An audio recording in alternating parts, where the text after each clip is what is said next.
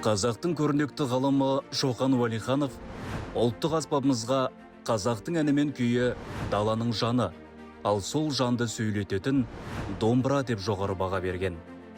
Шын мәнінде домбыра қазақ халқының жаны мен жүрегінен жаралған қасиетті аспап.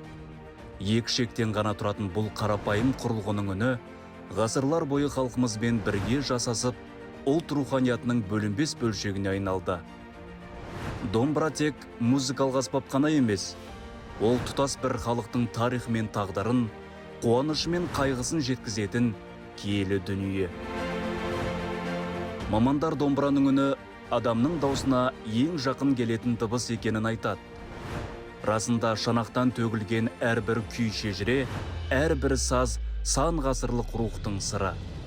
Қобыланды мен Алпамыстың ерлігі, Құрманғазы мен Дәулеткерейдің асқақ рухы қос ішектің үнімен ұрпақтан ұрпаққа жетіп отыр. Шертпе күйдің сырбаздығы мен төкпе күйдің тегеуріні қазақ даласының мінезіндей бірде сабырлы, ал бірде өршіл. Домбыра қазақтың тұрмысынан, тілі мен ділінен ажырамаған.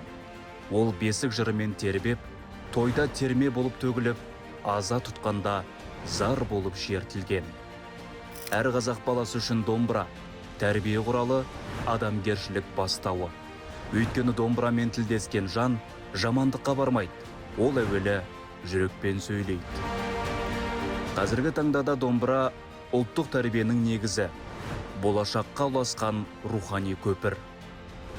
Ол ұлттың үні, елдің үміті. Күймен өрілген бұл дүниенің сыры мен сымбаты қазақпен бірге жасай бермек.